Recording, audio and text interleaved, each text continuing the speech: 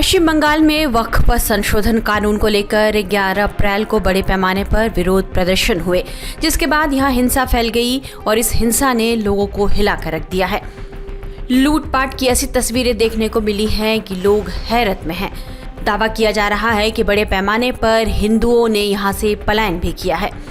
वक्फ संशोधन कानून को लेकर मध्य बंगाल इलाके के मुर्शिदाबाद जिले में स्थिति नियंत्रण से बाहर हो गई थी। इस दौरान उत्तर बंगाल को दक्षिण बंगाल से जोड़ने वाले राष्ट्रीय राजमार्ग 12 पर सजूड़ मोड़ और धुलियान नगर पालिका के जाफराबाद शहर में हुई हिंसा में 3 लोगों की मौत हुई। ये दोनों जगह बांग्लादेश की सीमा से लगे मुर्शिदाबाद के उत्तरी इलाके जंगीपुर उपखंड में हैं। दावा किया जा रहा है कि हिंसा के बाद बड़ी संख्या में हिंदू यहां से पलायन करके चले गए। आखिर इस हिंसा के पीछे कौन है और किसने पश्चिम बंगाल में सांप्रदायिक तनाव फैलाने की कोशिश की है? 3 मौतों और 200 लोगों की गिरफ्तारी के बाद बंगाल पुलिस को इस मामले में अहम इनपुट हाथ लगे हैं। मीडिया रिपोर्ट्स में बताया जा रहा है कि हिंसा के पीछे बांग्लादेशी संगठन का हाथ होने की आशंका है। हालांकि पुलिस अब पूरी सतर्कता से इस मामले की जांच कर रही है और बयान भी बेहद सतर्कता के साथ दिया जा रहा है। मुर्शिदाबाद हिंसा पर एडीजी कानून एवं व्यवस्था जावेद शमीम ने क्या बयान दिया है, ये सुनिए। I'm telling you, here we have to ensure that we get the right persons totally, because one small or wrong arrest can lead to the case coming to cloud.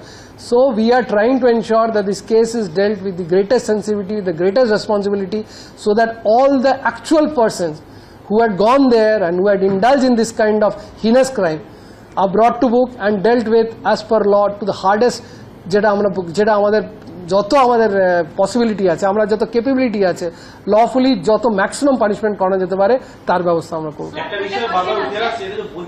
वहीं हिंसा को लेकर राजनीति भी तेज हो गई है। टीएमसी नेता कुणाल घोष ने विवादित बयान दे दिया। उन्होंने कहा कि हमें कुछ ऐसे इनपुट मिल रहे हैं कि इन घटनाओं के पीछे एक बड़ी साजिश थी, जिसमें केंद्रीय एजेंसियों के अलावा बीएसएफ और 2-3 राजनीतिक दल भी शामिल हैं। कुणाल घोष के इस बयान के बाद बीजेपी ने उन पर हमला बोल दिया है। सेना सुरक्षा बलों का अपमान, यही बन चुकी है टीएमसी की असली पहचान। चाहे बीएसएफ हो, चाहे सीआरपीएफ हो, चाहे सीएपीएफ हो, चाहे एनआईए हो, बार बार इन एजेंसीज के खिलाफ अपशब्द बोलना, जहर उगलना, ये टीएमसी का हैंडबुक बन चुका है। और ये दिखाता है कि ना ये संविधान को मानते हैं, ना ये सुरक्षा बलों का सम्मान करते हैं। इनके लिए केवल वोट बैंक की दुकान है। आज कोर्ट ने कहा है कि किस प्रकार से बंगाल पुलिस और सरकार फेल हो चुकी है और केंद्रीय फोर्सेस को डिप्लॉय करने का आदेश दिया है।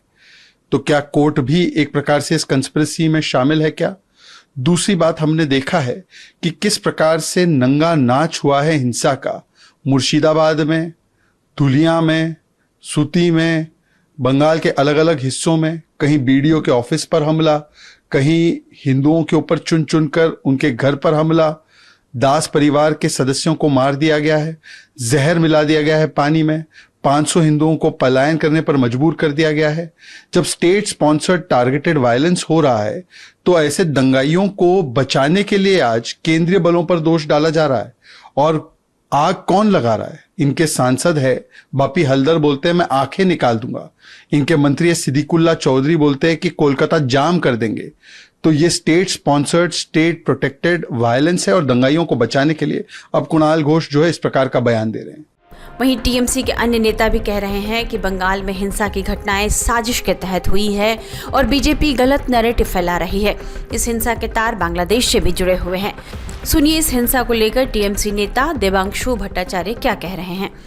देखिए, कोई फोर्सफुली हटाने का बात नहीं है। पुलिस की तरफ से जो भी कार्रवाई करने का था, पुलिस अगर कहीं पर लगे कि वो जगह पर थोड़ा प्रॉब्लम हो रहा है, तो कभी किसी ग्रुप को कहीं पर शिफ्ट करने का ज़रूरत है, तो पुलिस की तरफ से ही वो किया जा रहा है कुछ जगह पर।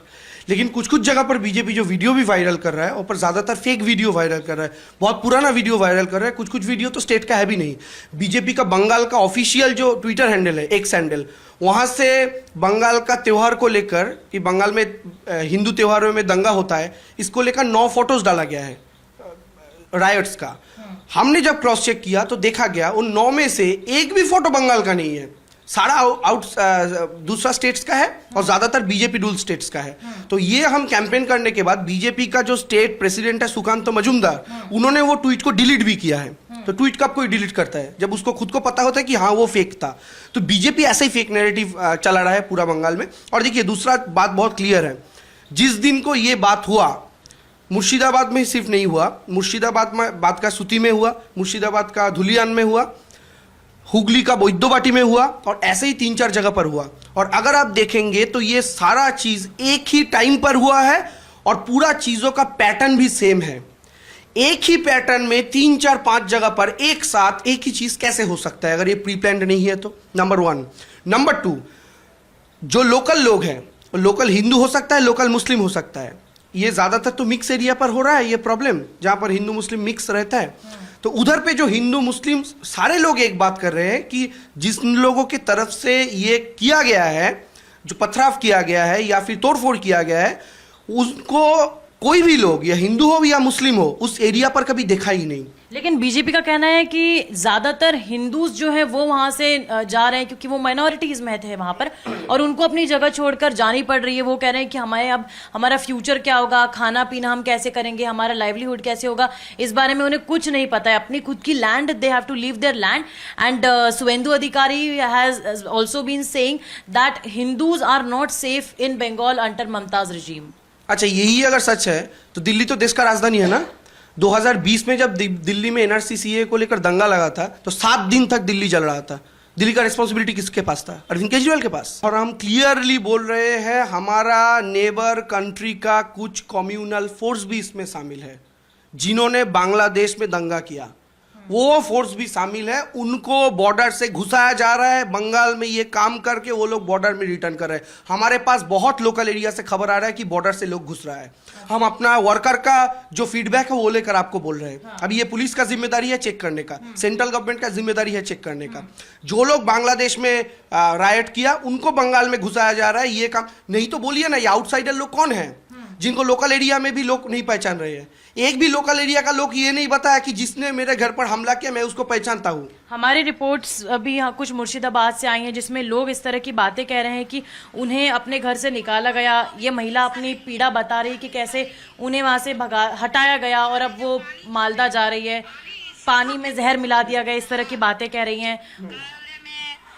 जो है उसको ये सब 1.5 বছর বাচ্চা আছে গলায় হেসে ধরে আছে, আমাদেরকে বিষ দিয়েছে, জোরমস্তি গায়ে পেট্রোল ঢালছে, জোরমস্তি গায়ে পেট্রোল ঢালছে দিয়ে বলছে कि ऐसी इस तरह की सिचुएशन में उन्हें जाना पड़ रहा है। एब्सोल्युटली हम एक बार भी ये नहीं बोल रहे कि ये महिला जो बोल रही है ये गलत बोल रही है, ये ऐसा नहीं हुआ, ये हम नहीं बोल रहे हैं।